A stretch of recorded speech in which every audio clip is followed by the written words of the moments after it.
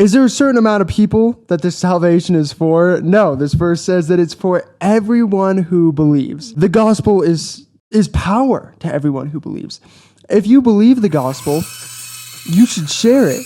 If you truly believe Jesus died, rose again on the third day, and has the power to defeat death, and notice something very important here.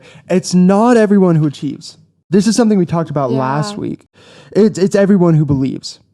You can't achieve salvation. It's not through works. The next part of verse 16 goes on to say that the gospel is first to the Jew, then to the Gentile. That's what Paul did in like every place he'd go pretty much, is he'd always go first to the like Jewish synagogues and bring the gospel. So he'd bring it to the Jews and then he would share it with the Gentiles. This is what Jesus says in Matthew 10, 5 through 6, first go to the lost sheep of Israel. With them believing that God loves them more than he loves the Romans, you could see how that would create like a superiority complex.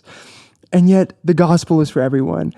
Jesus came to break down those barriers between Jew and Gentile. And it tells you that in order to be the greatest in the kingdom of heaven, you have to make yourself the lowest. You have to humble yourself. And it even goes back to the very first verse of chapter 1 in Romans, where Paul is saying he's a servant and he's small, Paul meaning small, that it really is just about being a servant, humbling ourselves and being a servant to all men.